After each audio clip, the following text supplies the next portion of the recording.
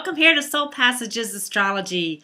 This is Georgia Dempsey, your astrologer, and I'm so thrilled that you stopped by here for your Neptune in the first house video. Recently I did a video about Neptune, the mythology, the symbology, but of course one of the things that's really important is that we place it in one of the houses so that we understand how it's actually affecting our birth chart. Now before we dive in, I just want to say how happy, grateful, and blessed I am and feeling successful, and I truly appreciate you guys sharing and liking my videos. It means so much to me, and I hope that learning about your charts is enhancing your life. My YouTube channel has been growing slowly, but I just so appreciate you getting the word out there and helping to spread the joy. So thank you. And I know it's going to work because I'm a good person bearing a good message, and I believe the universe is going to reward that. So thank you so much for helping me along the way. Let me know how I can better meet your needs. Tell me what I need to do to jazz up my videos for you, make them more fun and useful. Okay, now on to a Neptune in the first house. So the first house has a lot to do with our bodies, how we express ourselves, along with how we project our personalities out into the world. It's our mask, so to speak, as well as the lens through which we see and desire to experience the world. Now, so much of our lives are all about symbology.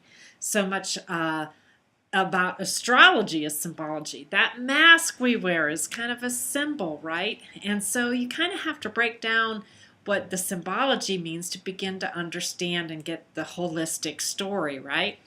There was a very famous astrologer who kind of put it this way, and please forgive me because I've read so many hundreds of books and I can't remember which one it was, but he said to kind of get the gist of or essence of a person, take their sun sign, their moon sign, and their rising sign, and tag key phrases onto each one, and in a nutshell that will give you the essence of the person.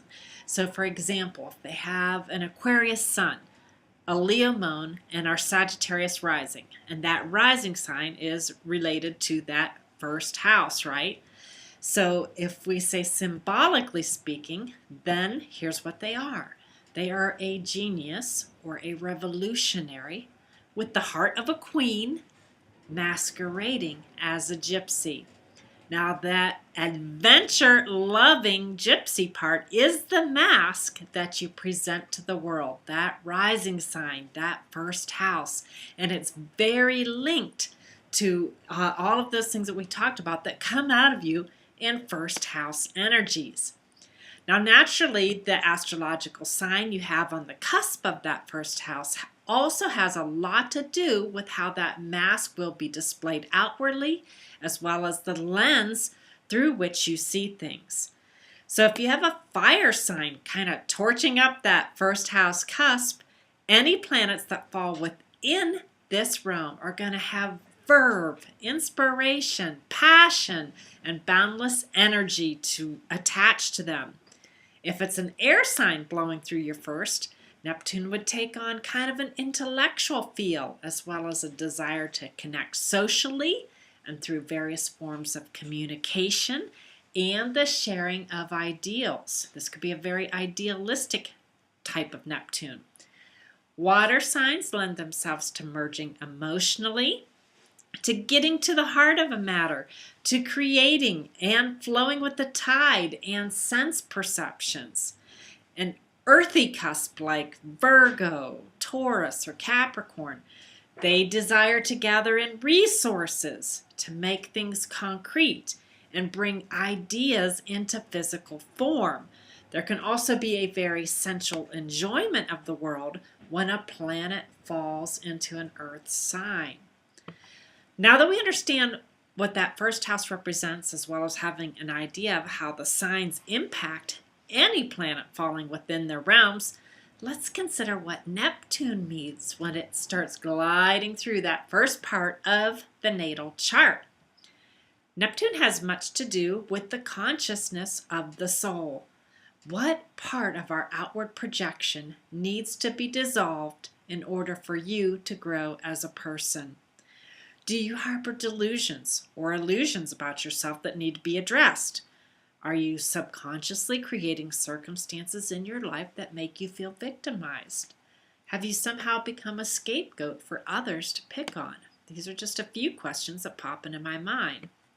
Now, since that first house deals very much with the physical body, an unconscious Neptune here can entice a person to indulge in a variety of harmful substances that could impact the body very negatively if not careful. There's quite a desire with this placement to overcome the slings and arrows of life. I mean, you feel all of the wounds of things that are done to you and to other people, and that can be such a painful thing. There's a urge to numb that out and to take substances to, block the pain, block the feeling. Some people born with Neptune in the first house even came into this world in drug-induced circumstances through the birthing process. So that's just something to be thoughtful of. Now, part of the issue is that Neptune makes a person so sensitive that they can really tune into the thoughts, emotions, turmoils, dramas, and psychic vibe of others nearby. That's probably why it gets a little bit overwhelming at times. As boundaries between self and others are blurred, they can get sucked into, dramas that belong to other people. So sometimes you have to learn to say, hey, this is not my stuff. You don't want to become a psychic sponge with this placement. Now, the flip side of the dilemma, and there's always different ways these planets play out for each person. Sometimes it depends on how we consciously or unconsciously use them, or just our personalities, but there's always different ways that they can pan out. So a first house Neptune can also make you very compassionate with a true desire to help others and to meet their needs. Forming emotional or soul connections can draw you into relationships on a very deep and magnetic level. This is also the perfect placement for a person who can blend in with a variety of people from all walks of life. Some people call them shapeshifters. Others would simply say they have a chameleon-like ability to merge with their surroundings. If used consciously, this isn't necessarily a bad thing. For a teenager, on the other hand, who's desperately trying to fit in with a clique, this can be very vulnerable placement, especially if the crowd they are being assimilated by is not necessarily a good one. Now, Neptune lends an ethereal quality to anything it touches. It can also usher in a measure of uncertainty or fogginess. Now, in the house of self, this can leave a person really questioning who they are. Are they a body? Are they a soul? Do they define themselves by what they do? What should they do in the world? Maybe there are some body, gender, or sexual preference issues that make it hard for them to clearly define themselves to the outside world. There is almost like a fluidity to the personality that can make it hard for the native sometimes to even understand themselves. Often people with Neptune in the first house have some sort of psychic ability, for this planet does tend to open up gateways to other realms. Spiritual experiences and a longing to merge with the divine are present. Artistic talents can also be enhanced as Neptune rules over visual communications and also lends fluidity to music and dance as well. Now, worldly affairs may impact a first house Neptune person at a pretty gut level, for they really feel whatever it is that's going on with other people.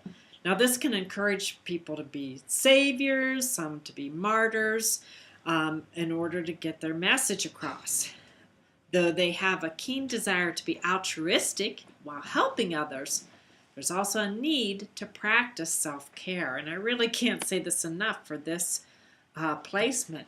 So aura cleansing practices would be great for a first house Neptune person. Because you're so susceptible to picking up on other people's stuff, mind, body, spirit practices that clear out the head, clear out the soul space, are very important in order for this person to maintain their health. Setting healthy boundaries will enable this person to develop a stronger sense of self. There can be a real tendency to lose track of, what are your own thoughts, your own feelings, your own desires. Sometimes they lose that, and instead they just actively mirror and try to meet what other people want and or expect of them. So developing a bit of self-assertion can actually help a person with this placement to form more equal and balanced relationships with appropriate levels of sharing. Now, I do believe we are all connected on this planet. I absolutely believe that. Someone with Neptune in the first house feels as if this is a part of their DNA code. So I am you and you are me. That could be the motto of a first house Neptune. In a kind and loving world, this is great, but the trick of this planetary placement is to tap into that well of loving kindness without being taken advantage of. All right, world, thank you so much. Take care of yourselves. I appreciate you tuning in, liking, sharing, Google Plusing, all that fun stuff. I am still running my special till June 1, so if you'd like a reading, regarding your specific planetary placements, give me a call. My contact information is at the front of the video. Thank you for your feedback. Love you all. Take care and namaste.